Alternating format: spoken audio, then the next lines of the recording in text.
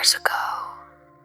When I was a student in Leeds, I got a call from my old friend Arthur. He lived in a big Victorian house near Headingley. He had a room in the attic. He was going away for the summer and asked if I wanted to stay in his room while he was away. I jumped at the chance because it was either that or move back home to my parents, and I would be on my own for the whole summer. So I moved into his attic room. When I got there, something about it made me feel uneasy. It was creepy, but I soon got used to the creaks and groans of the old Victorian house. However, one night, as I was doing some of my coursework in the attic room, I could hear the muffled sounds of laughter, clinking glasses, and faint music. It sounded as if a party was in full swing downstairs. I was annoyed that Arthur had not told me that his housemates would be coming back before the end of summer, and I was furious that I hadn't been invited to the party. So I decided to head down and perhaps join in, but as I went down the staircase, the sounds grew fainter. By the time I reached the ground floor, the house was silent, with no sign of any guests or festivities. I was confused. I checked each room, but they were all empty. I put my ear up to the walls to check if the sounds of the party were coming from the house next door. But there was nothing. That house had been empty for years. So I shrugged it off as my imagination and made my way back to the attic. But when I got to the door to my room, which I distinctly remembered leaving open, it was now shut. A chill ran down my spine as I hesitated. I caught my breath, scared of what might be inside, and slowly pushed open the door. The room was empty. The air felt different, charged with an energy. It felt like it had been full of people, and at the exact moment I came back, they'd all left. Over the next few weeks, there were just loads of little things like that happening. Strange smells. The smell of tobacco would come and go, even though there was no one else in the house. Sometimes I would come into the kitchen and the radio would be playing on its own. Arthur rang one day to see how I was getting on, and told him I hadn't been sleeping very well. He then asked if I had seen it yet. I said that I didn't know what he meant. He said that he thought the room might be haunted. That really shook me and made me feel very vulnerable. I told Arthur straight that I was frightened, so he put me in touch with the girl who had been in that room before him. She told me that every evening as she settled down with her books, she'd hear talking through the walls, conversations just out of her earshot. The voices became so persistent that she often found herself searching the house trying to locate their source. One evening she was startled by the sudden smell of fresh roses in her room, even though there wasn't a single flower in the house. She added that she had to stop living there because she always felt like someone was looking at her. Her story didn't make me feel any safer, but I managed to enjoy staying there for the rest of the summer. Many months later, when I was now living in London, Arthur rang me saying that I would never guess what had happened. He said that last night he'd had a small dinner party, and one of the guests was this young woman who said that she could talk to the dead. She went straight up to the attic room and she asked Arthur if he'd ever experienced anything odd in that room. Arthur replied yes. The young woman said that there was someone waiting in the threshold of that room. A man. And they were still there, watching.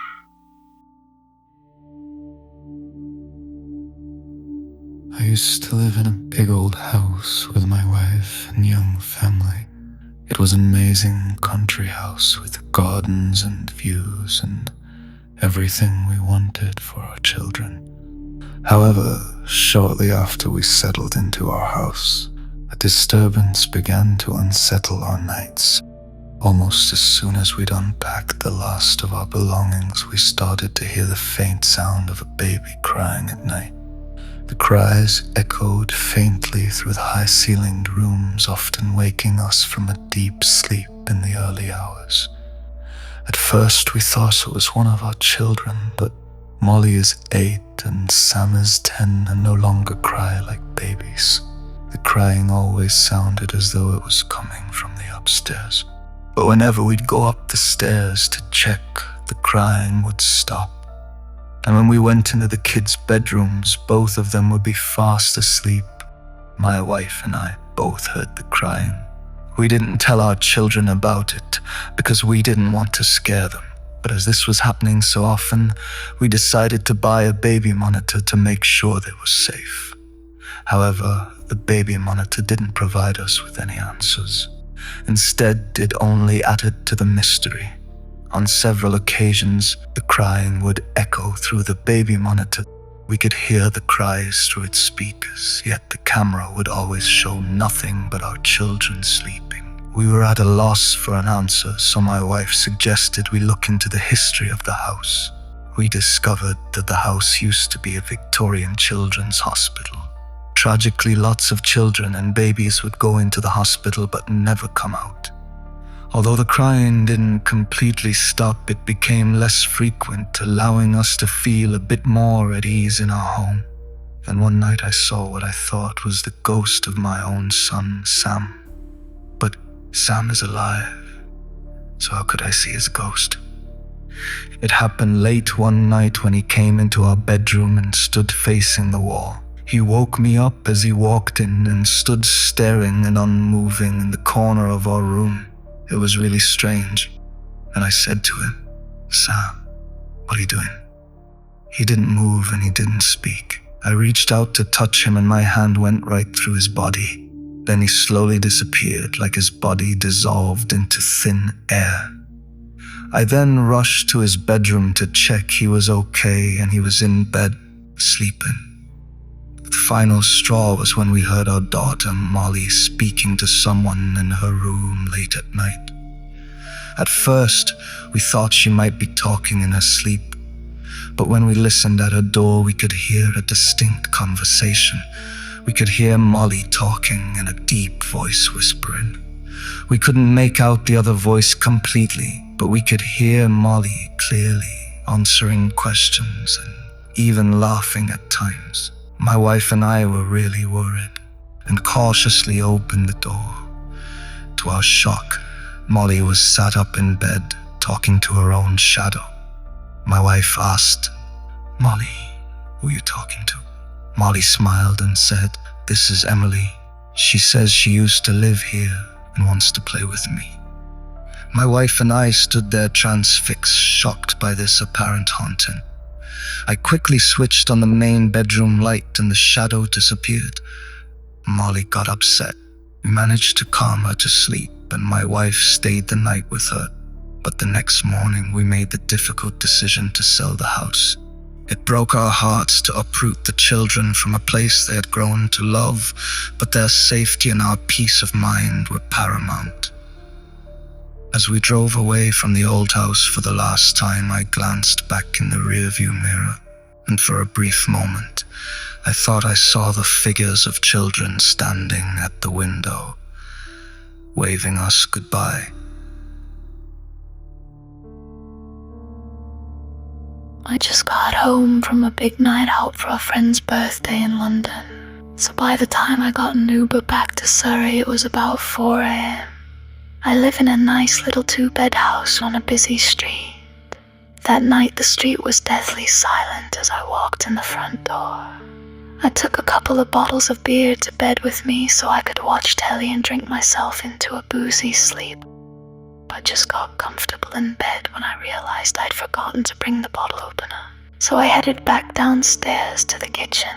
I turned on the kitchen lights, which are so bright that they made my eyes burn.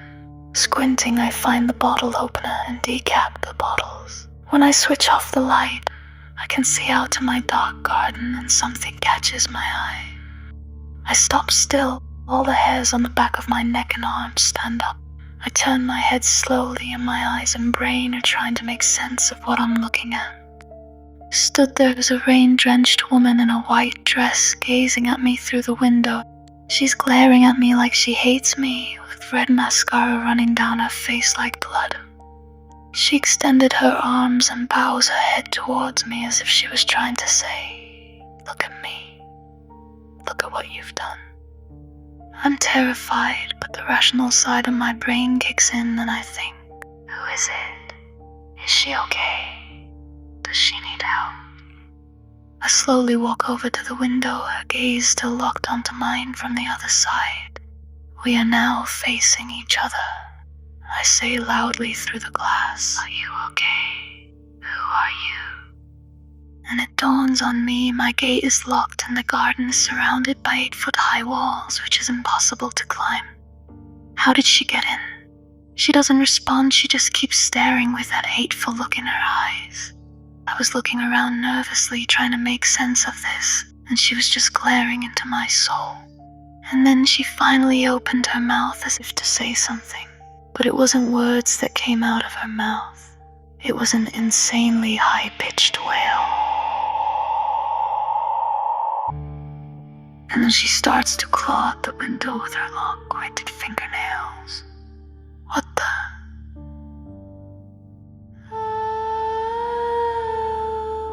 Frozen.